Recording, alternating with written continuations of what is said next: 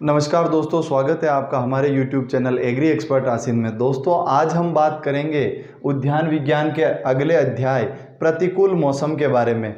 दोस्तों, जहां तक बात की जाए उद्यान विज्ञान की फसलें हो गई, पेड़ पौधे हो गए या सस्य विज्ञान की फसलें हो गई, सभी में प्रतिकूल दशाएं या प्रतिकूल मौसम जो है उपज में अपना प्रतिकूल प्रभाव डालते हैं। उनके बारे में आज हम चर्चा करेंगे कि किस तरह ये प्रभाव डालते हैं और किस तरह के क्वेश्चंस या प्रश्न हमारे क्वेश्चन पेपर में पूछे जाते हैं। तो पहला क्वेश्चन दोस्तों, इसकी परिभाषा से पूछा जाता है कि प्रतिकूल मौसम किसे कहा जाता है। तो मौसम की वह अवस्थाएं, मौसम की वह प्रतिकूल अवस्थाएं, प्रतिकूल अवस्थाएं जो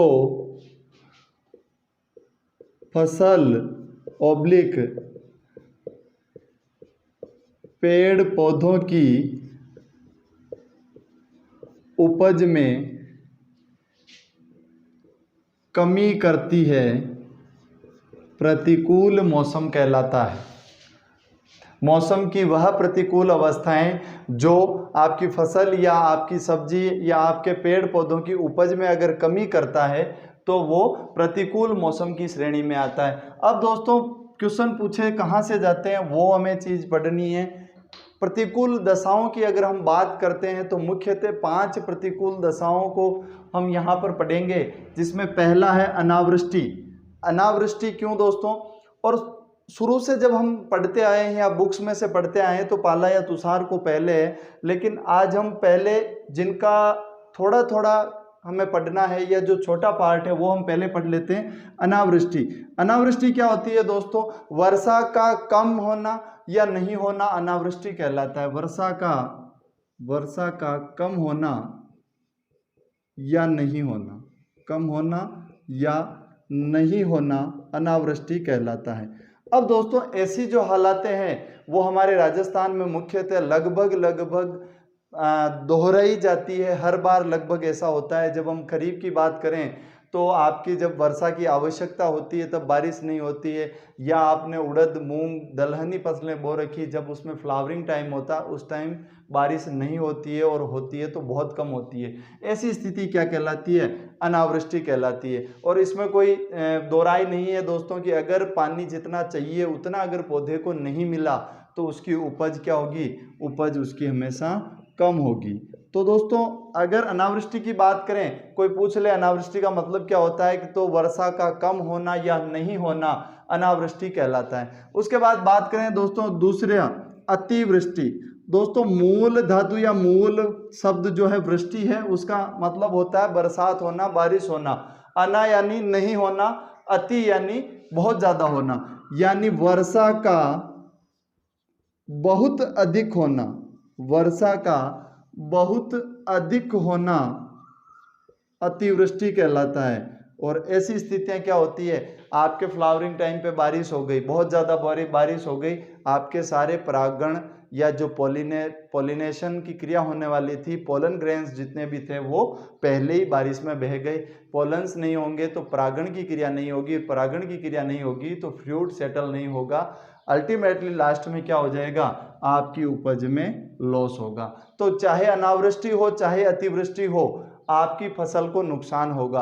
अतः अगर बारिश हो रही है तो प्रॉपर मात्रा में जितनी उसे चाहिए, जिस समय उसे चाहिए अगर होती है तो ठीक है, अदरवाइज अगर कम हो रही है तो अनावृष्टि की श्रेणी में आएगी, अधिक हो रही है अतिवृष्टि की श्रेणी में आएगी, और दोनों ही कारणों में आपकी उपज प्रभावित होगी। प्रभावित में भी क्या होगा?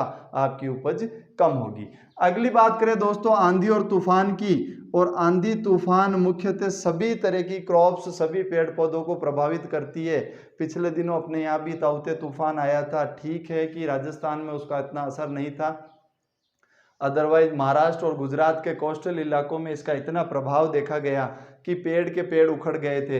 तो ऐसी स्थिति में अगर ऐसे समय पे अगर आंधी और तूफान आते हैं तो सारे पेड़ पौधे गिर जाते हैं, टूट जाते हैं, और ऐसी स्थिति में आपको आर्थिक नुकसान होता है, किसान को आर्थिक नुकसान होता है और उपज में कमी आती है। तो दोस्तों, ये तो मुख्यतः 3 थे जिनसे क्वेश्चन हालांकि नहीं पूछे जाते हैं, लेकिन कहीं पूछ लिए जाए कि अनावृष्टि किसे कहा जाता है, तो वर्षा का कम होना, नहीं होना। अतिवृष्टि किसे कहा जाता है, तो वर्षा का बहुत अधिक होना।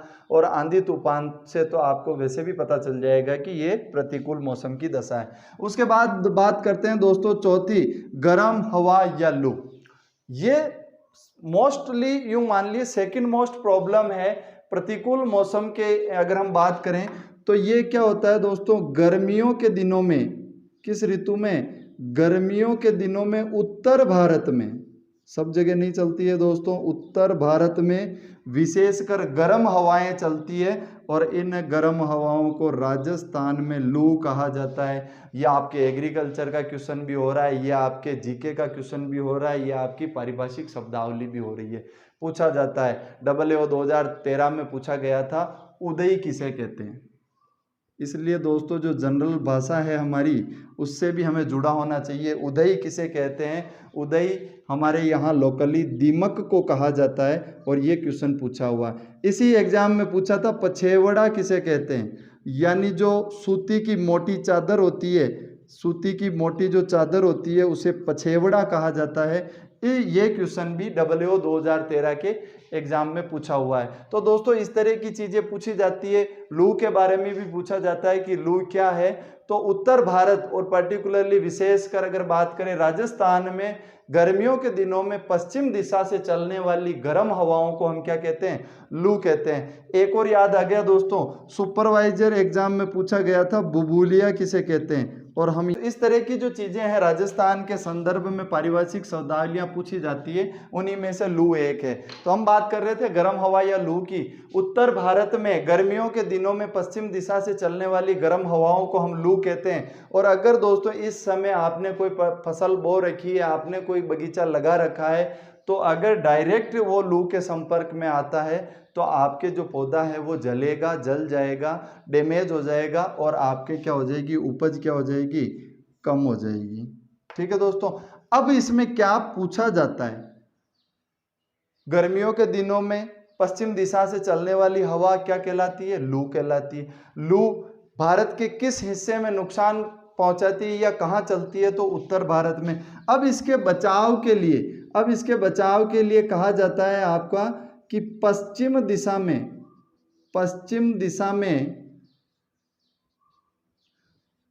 अगर आपने पौधे लगा रखे हैं बागवानी के, तो सरकंडे या जो बोरी का टाट होता है या बोरी से चारों तरफ से ढक के इसकी रक्षा करनी चाहिए। तो क्वेश्चन पूछा जाता है कि आपका किस दिशा में सरकंडे लगाने चाहिए, तो आपकी पश्चिम दिशा में लगाने चाहिए। या फिर वायु रोधक वृक्ष का भी पूछ लिया जाए, किस दिशा में लगाने चाहिए लू से बचाव के लिए, तो लू से बचाव के लिए भी वायु रोधक जो पेड़ हैं वो पश्चिम दिशा से लगाने चाहिए। अब दोस्तों बात कर लेते हैं हम पाला या तुषार की। पाला या तुषार की, इसके बारे में बहुत ज़्यादा क्वेश्चन पूछे जाते हैं, बहुत बार रिपीट होता है, बहुत इजी क्वेश्चन है, एक ही रिपीट होता है। वहाँ पे भी हमारे एग्रीकल्चर के जो सारे विद्यार्थी हैं वो गलती करके आते हैं। क्वेश्चन पूछा जाता है, फ्रोस्ट, पाला या तुषार से बचाव के लिए H2SO4 की कितनी मात्रा, वो ये नहीं पूछेगा कि क्या छिड़कना चाहिए, वो सब कुछ बता रहा है आपको। फिर वो पूछता है 1%, 0.1%, 0.01% और 0.001%। अब यहाँ पे कन्फ्यूजन क्रिएट होता है दोस्तों, हमें पता है ये भी नहीं है ये भी नहीं है। जो मोस्टली जहाँ कन्फ्यूजन आज तक एग्रीकल्चर में स्टूडेंट्स के होता आया है, तो वो यहाँ पे होता है 0.1 या 0.1%। तो दोस्तों इस चीज को कंठस्थ और क्लियर करना है, हर एग्जामिनेशन में ये क्वेश्चन मोस्टली रिपीट होता ही होता है। पाला या तुषार से बचाव के लिए 0.1% H2SO4 उपयोग में ली जाती है। अब दोस्तों इसके अलावा और भी कुछ 2 केमिकल्स हैं जिनका हम उपयोग कर सकते हैं, तो वो हम इनके बारे में आगे पढ़ते हैं कि क्या क्या ये केमिकल्स हैं, या क्या होता है पाला, क्यों पाला या तुषार से फसलों को नुकसान पहुंचता है। तो दोस्तों देखिए पाला या तुषार क्या होता है। हम बात करें फ्रोस्ट, पाला या तुषार की, अब दोस्तों इसकी लाइनें जितनी भी है ध्यान से सुनना, ध्यान से इसको नोट डाउन करना, यहां से क्वेश्चन बनते हैं। क्वेश्चन पूछा जाता है पाला या तुषार की संभावनाएं कब होती है, तो अब इसकी डेफिनेशन में इसकी ये आपकी आंसर छुपा है, दिसंबर जनवरी माह में। कब दोस्तों? दिसंबर जनवरी माह में, जब रात का तापमान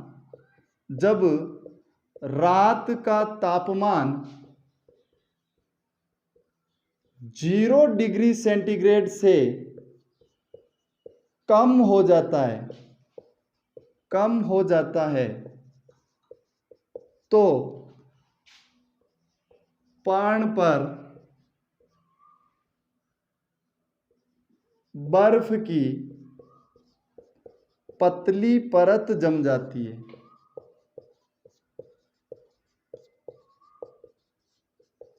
पाला या तुषार कहलाता है। दोस्तों अब हम बात करेंगे इसके बारे में कि क्वेश्चन पूछा जाता है किस समय पे, समय याद रखना, दिसंबर या जनवरी माह में। कब का तापमान? दिन के तापमान की बात नहीं हो रही है, रात का तापमान यदि 0 डिग्री से कम जा रहा है, इसका मतलब आपके वहां उस खेत में उस पर्टिकुलर जगह पे पाला पड़ेगा, श्योर है। अब दोस्तों होता क्या है, जब 0 डिग्री सेंटीग्रेड किसी स्थान का तापमान हो जाता है तो पानी किस में बदल जाता है? पानी बदल जाता है बर्फ में।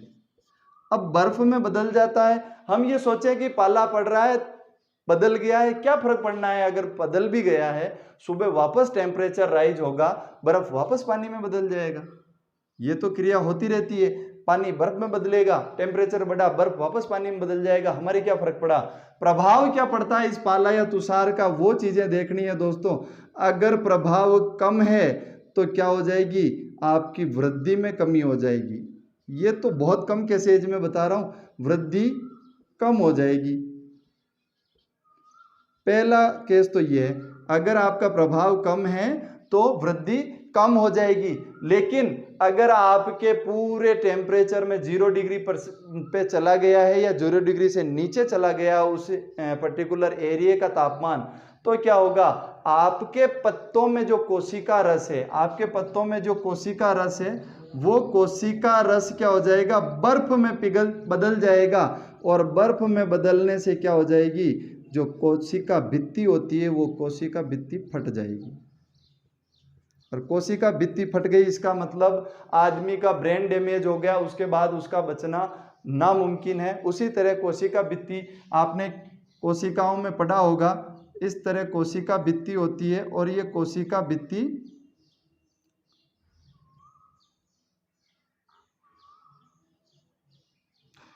अब दोस्तों क्या होता है कि इसमें हमने प्रेशर पढ़ा है, टर्जिडिटी प्रेशर वगैरह सारी चीजें होती है। तो इन कोशिकाओं में लिक्विड भरा होता है, ये भी हम जानते हैं कि बहुत ज़्यादा लिक्विड भरा होता है। और अब जब यहाँ पे बर्फ़ बनता है तो एक सीधा सा थंब रूल है कि बर्फ़ जब बनता है तो उसका आयतन बढ़ता है। पानी का आयतन कम होता है, बर्फ़ का आयतन क्या हो जाता है? बढ़ जाता है। ऐसे में क्या होगा? यहाँ पे प्रेशर पड़ेगा दोनों तरफ और किसी न किसी तरफ से कोशिका भित्ति आपकी बस्ट हो जाएगी, आपकी कोशिका भित्ति फट जाएगी। इसका उदाहरण दोस्तों हम घरों में देखते हैं। अगर हमने किसी बोतल में या किसी यूं मान लीजिए कटोरी में आपने पानी भर के रखा है और उसको आप आइस बॉक्स में रख दीजिए, जब आपका बर्फ जमेगा तो बर्फ जो है अर्धचंद्राकार रूप में ऊपर की ओर उठा हुआ होगा। इसका मतलब क्या हुआ? पानी जब था तब तो आयतन इतना ही था, लेकिन जैसे ये बर्फ बना उसको आयतन की आवश्यकता पड़ी, जगह की आवश्यकता पड़ी, उसका आयतन बढ़ा और वो जो है बाहर की तरफ निकल गया। अब यहाँ तो जगह मिल गई इसलिए बाहर की तरफ निकल गया, लेकिन यहाँ कोशिका भित्ति में इसे जगह नहीं मिली। क्या हुआ? कोशिका भित्ति को फाड़ दिया, कोशिका भित्ति फट गई। इसका मतलब वो पूरा का पूरा आपका पर्ण जल गया, खत्म हो गया और इससे क्या हो जाता है? आपका पौधा पूरा का पूरा नष्ट हो जाता है। यह है दोस्तों मेन थिंग या मेन फिनोमिना, जिससे क्या होता है? बहुत ज़्यादा नुकसान होता है। ये नुकसान देखना हो तो 2 क्रॉप मुख्यतः होती है जिनसे क्वेश्चन भी पूछे जाते हैं, और जिन्होंने ये पौधे लगाए हैं उनको भी पूछना, और कभी कभी आप भी देख सकते हो, केला या पपीता। यानी जितनी पत्तियां चौड़ी होगी उतना ही कोशिका रस ज़्यादा होगा, उतना ही कोशिका द्रव्य ज़्यादा होगा। और अगर कोशिका द्रव्य ज़्यादा होगा तो 0 डिग्री टेम्परेचर पे उतना ही ज़्यादा बर्फ बनेगा, और जितना ज़्यादा बर्फ बनेगा उतना ही आयतन अधिक बढ़ेगा, उतनी जगह अधिक आवश्यक होगी, और कोशिका भित्ति फटने के चांस उतने ही ज़्यादा रहते हैं। पिछले 2 या 3 सालों में जब इस तरह की पाला या तुषार की एक लहर आई थी, तो आप केला और पपीता तो छोड़िए, अंग्रेजी बबूल तक को इस पाला या तुषार ने इफेक्ट किया था। तो ऑलमोस्ट सारे पौधों को ये प्रभावित करता है, लेकिन केला और पपीता को ये सर्वाधिक प्रभावित करता है। क्वेश्चन यहीं से पूछा जाता है, पाला या तुषार किस महीने में प्रभावित करता है? तो दिसंबर या जनवरी के महीने में, जब रात का तापमान 0 डिग्री से कम पड़ जाता है या कम हो जाता है, तो उस स्थान पे क्या होगा, आपकी जो पत्तियां हैं उसके ऊपर भी बर्फ की परत जमेगी, और आपके जो आंतरिक कोशिका द्रव्य है वो भी पानी से बर्फ की तरफ जमने लगेगा, और जैसे ही वो बर्फ बनेगा उसका आयतन बढ़ेगा, और आयतन बढ़ते ही क्या हो जाएगा, कोशिका भित्ति फट जाएगी। उदाहरण क्या क्या है? तो केला और पपीता इसका मुख्य उदाहरण है। अब बात करते हैं दोस्तों, इससे बचा कैसे जाए। भाई आप अनावृष्टि से नहीं बच सकते, अतिवृष्टि से नहीं बच सकते, आंधी तूफान से नहीं बच सकते, लेकिन गर्म हवा या लू का अगर पहले आप उपचार कर दो, वायुरोधक वृक्ष लगा लो, या आप सरकंडे लगा लो, चारों तरफ कवरिंग कर लो, कुछ हद तक हम बच सकते हैं। फिर अगली बात, अगर पाला या तुषार की हमें पता लग जाए कि आज दिन में तापमान बहुत कम है, शाम को होते होते और कम की ओर जा रहा है, इसका मतलब रात का तापमान क्या होगा, 0 डिग्री सेंटीग्रेड के आसपास रहेगा। और लगभग इस समय में, जो मैं नीचे अब मेजर्स बताऊंगा, दिसंबर जनवरी के समय में आप अगर 2 स्प्रे इसके कर लेते हैं तो आपका जो है ये नुकसान होने से बच सकता है। तो दोस्तों बात करेंगे हम इसके क्या उपाय हम कर सकते हैं उसके बारे में। उपाय की अगर बात करें दोस्तों, तो हम दोस्तों बात कर रहे थे पाला या तुषार से बचाव के क्या हम उपाय कर सकते हैं। तो पहले उपाय के बारे में हम बात कर रहे थे धुआं करके, यानी खेत के चारों तरफ हम धुआं कर लेवें। दूसरा उपाय है हम खेत में क्या कर दें, सिंचाई कर दें। दोनों का एक ही लॉजिक है दोस्तों। क्या होता है, आपने खेत के चारों तरफ मेड़ पे जगह जगह आपने क्या कर दिया, धुआं कर दिया। अब धुआं करने से क्या होता है दोस्तों, धुएं से निकलती है CO2 गैस, और CO2 क्या करती है, आपके तापमान को बढ़ाती है। अब जिस स्थान पे आपने धुआं किया है उस स्थान पर अगर 0.5 या 1 डिग्री भी टेम्परेचर बढ़ जाता है, तो जो 0 डिग्री सेंटीग्रेड टेम्परेचर या उससे डाउन जाने वाला है वो नहीं जाएगा, और आपकी जो फसल है वो बर्फ बनने से या पाला या तुषार के प्रभाव से बच सकती है। सेम जो रूल है या लॉजिक है वो आपके सिंचाई में भी लगता है। आपने अगर पानी दे दिया फसलों को तो वहाँ का तापमान बढ़ जाता है, और उस तापमान के बढ़ने से पाला या तुषार के प्रभाव को कम किया जा सकता है। तीसरी अगर विधि की या तीसरे कारण की बात करें, तो तीसरी विधि होती है दोस्तों टाटियां बांधकर। इसमें क्या होता है, जूट या बोरी का टाट हम पर्टिकुलर एक एक पौधे के चारों तरफ बांध सकते हैं, लेकिन ये किन में कर सकते हैं, फल वृक्षों में। मुख्यतः फल वृक्षों में हम कर सकते हैं। जैसे हमने पपीता लगाया, केला लगाया, छोटे हैं, कुछ हद तक 5, 50, 100 प्लांट हैं, तो हम ये विधि कर सकते हैं। अदरवाइज बहुत बड़े सेक्टर में या बहुत बड़ी जगह में ये विधि अपनाना बहुत कॉस्टली भी है और असंभव भी है। उसके बाद अगर हम बात करें चौथी विधि, वायु रोधक वृक्ष लगाकर। दोस्तों यहां से क्वेश्चन पूछा जाता है, पाला या तुषार से बचाव के लिए किस दिशा में वायु रोधक वृक्ष लगाने चाहिए, स्टार मार्क कर लेना। ये क्वेश्चन बहुत बार पूछा जाता है, वायु रोधक वृक्ष किस दिशा में लगाने चाहिए। तो उत्तर पश्चिम दिशा में पाले से बचाव के लिए आपको वायु रोधक वृक्ष लगाने चाहिए। उसके बाद दोस्तों पाला रोधक वृक्ष लगाएं या फसल लगाएं, हम ऐसे किसी फसल या वृक्ष का चुनाव करें जिसमें पाला की संभावना बहुत कम हो। जैसे हमने केला या पपीता नहीं लगा के हम उस स्थान पर क्या लगाएं, हम आंवला लगाएं, या ऐसा कोई फसल या ऐसी कोई फसल या पौधे का चुनाव करें जहां पे पाले का प्रभाव नहीं पड़ता हो। तो ये प्रिवेंटिव मेजर है कि हम वैसी फसल लगाएं ही नहीं, तो इस तरह की कोई नौबत नहीं आए। लेकिन अगर फिर भी आपको लग रहा है कि बहुत ज़्यादा प्रभाव पड़ने वाला है, तो अंतिम उपाय रसायनों का उपयोग आपको करना पड़ेगा। रसायनों के उपयोग में दोस्तों हम बात करें तो पहला रसायन जो आता है वो आता है H2SO4। इसे हम गंधक का तेजाब भी कहते हैं, गंधक का गंधक का तेजाब। और कितना उपयोग करना चाहिए, तो 1%, 0.1% का छिड़काव करना चाहिए। दूसरा दोस्तों एक और केमिकल है DMSO, di methyl sulpho oxide. Dimethyl sulpho oxide नाम का एक केमिकल है, इसका भी उपयोग आप पाला या तुषार से बचाव के लिए कर सकते हैं। उसके बाद दोस्तों तीसरा एक प्लांट ग्रोथ रेगुलेटर के नाम से आता है CCC, या उसे हम बोलते हैं साइकोसेल। इसका उपयोग भी हम गेहूं की फसल में करते हैं, इसे गेहूं की फसल में करके प्रयोग देखा गया है, वो भी पाला या तुषार से बचाव के लिए काफी हद तक आपके लाभदायक सिद्ध होता है। दोस्तों ये मुख्य पाला या तुषार के बारे में जो क्वेश्चन पूछे जाते हैं वो आपके सामने हैं। मोस्टली क्वेश्चन कहाँ से पूछे जाते हैं, पूरे प्रतिकूल मौसम के टॉपिक से हम वापस डिस्कस कर लेते हैं। प्रतिकूल मौसम किसे कहा जाता है, तो मौसम की वह अवस्थाएं जो पौधे की उपज को कम करती है प्रतिकूल मौसम कहलाती है। पहला क्वेश्चन हो गया।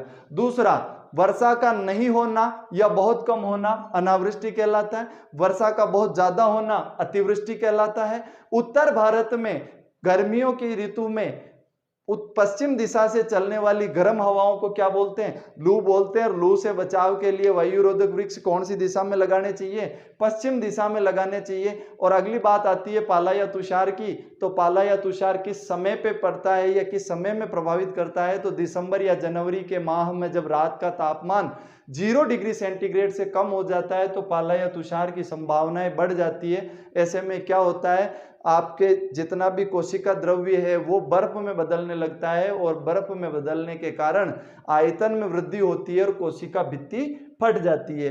अब दोस्तों अगली बात करें उदाहरण की, तो केला और पपीता इसके मुख्य उदाहरण है जिनमें पाला सर्वाधिक प्रभावित करता है। तो क्वेश्चन पूछा जाता है सर्वाधिक पाले से संवेदनशील कौन सी किस्में हैं, केला और पपीता। अब अगली बात करें दोस्तों इसके उपाय की, आप धुआं कर दीजिए, सिंचाई कर दीजिए, तापमान थोड़ा सा बढ़ जाएगा और आपका फसल बचने के चांसेस होते हैं। तीसरी होती है विधि है टाटिया या बोरी बांधकर, तो कुछ हद तक कुछ पौधों के लिए ये विधि हम कर सकते हैं। अगला है वायुरोधक वृक्ष लगाने।